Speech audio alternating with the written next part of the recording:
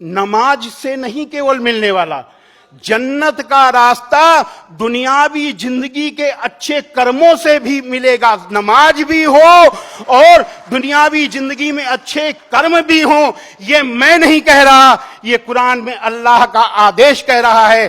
कुरान के सूरा 2 आयत नंबर 112 में है, जिस किसी ने अपने आप को अल्लाह के सुपुर्द कर दिया और उसका काम भी अच्छा से अच्छा हो तो उसका बदला उसके परवरदिगार के पास है।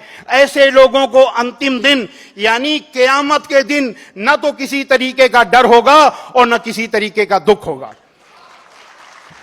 हजरत मोहम्मद सल्लल्लाहु अलैहि वसल्लम से एक सज्जन ने पूछा कि ए अल्लाह के रसूल, इस्लाम में कौन बात सबसे अच्छी है? अब सुनिए कि अल्लाह के रसूल ने क्या कहा। भूखे को खाना देना और जान पहचान और गैर जान पहचान दोनों को सलाम करना, यह इस्लाम की सबसे अच्छी बात है। अब इससे बड़ी भलाई, इससे बड़ी अच्छाई और क्या हो सकती है? अब यहां पर कुछ लोगों के दिमाग में यह चल रहा होगा कि इस्लाम में इतनी अच्छाई है तो स्वामी जी जिहाद क्या है? जिहाद के बारे में हम ज्यादा नहीं बताएंगे क्योंकि समय कम है। हम केवल उसकी परिभाषा बताएंगे जिससे कि कुछ लोग समझ लें, जिनके दिमाग में चीज चल रही हो। इस जिहाद की परिभाषा है कि असत्य, अन्याय, अत्याचार का विरोध करने के लिए और अपनी जीवन की रक्षा के लिए किया गया हर तरह का प्रयास जिसका अंतिम विकल्प युद्ध है, जिहाद है। यानी असत्य, अन्याय, अत्याचार और अपने जीवन की रक्षा के लिए जब सारे प्रयास समाप्त हो जाएं, बातचीत के सारे रास्ते बंद हो जाएं, तो जो अंतिम विकल्प जो युद्ध होता है वो जिहाद का युद्ध है। ये है जिहाद। और इसी से आप समझ लीजिए कि इस्लाम लड़ाई का मजहब नहीं है, इस्लाम बदला लेने का मजहब नहीं है, इस्लाम दिल जीतने का मजहब है। इस्लाम में भलाई का इस्लाम में बुराई का बदला बुराई नहीं, इस्लाम में बुराई का बदला भलाई है। हमें यहां कुरान की मजीद की एक आयत याद आ रही है।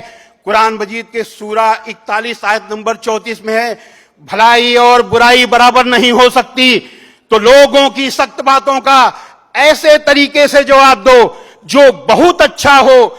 ऐसा करने से तुम देखोगे कि जिसमें और तुम में पहले दुश्मनी थी अब वो तुम्हारा गहरा दोस्त है।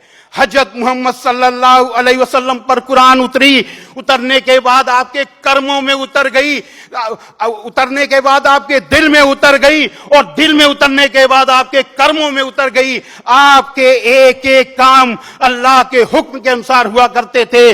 आपका एक एक कदम अल्लाह के हुक्म के हिसाब से बढ़ता था।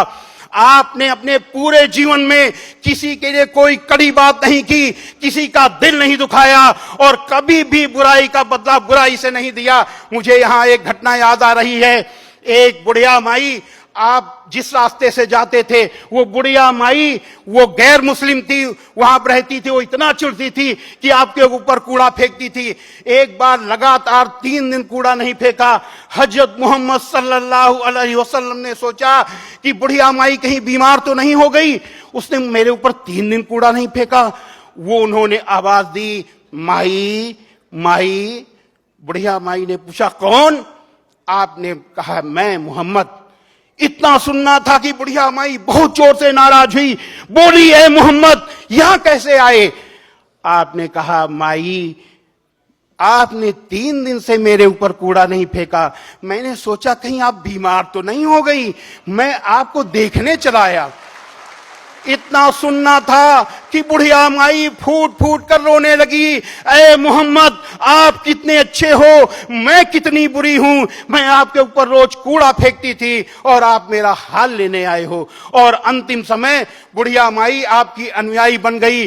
हजरत मोहम्मद सल्लल्लाहु अलैहि वसल्लम ने बुढ़िया माई की बुराई की वजह से बुढ़िया माई से लड़ाई नहीं की, बुढ़िया माई से बदला नहीं लिया, बल्कि अपने अच्छे आचरण, अच्छे अमल से बुढ़िया माई का दिल जीत लिया। हजरत भलाई और बुराई बराबर नहीं हो सकती, तो लोगों की सख्त बातों का ऐसे तरीके से जवाब दो जो बहुत अच्छा हो। ऐसा करने से तुम देखोगे कि जिसमें और तुम में पहले दुश्मनी थी, अब वो तुम्हारा गहरा दोस्त है।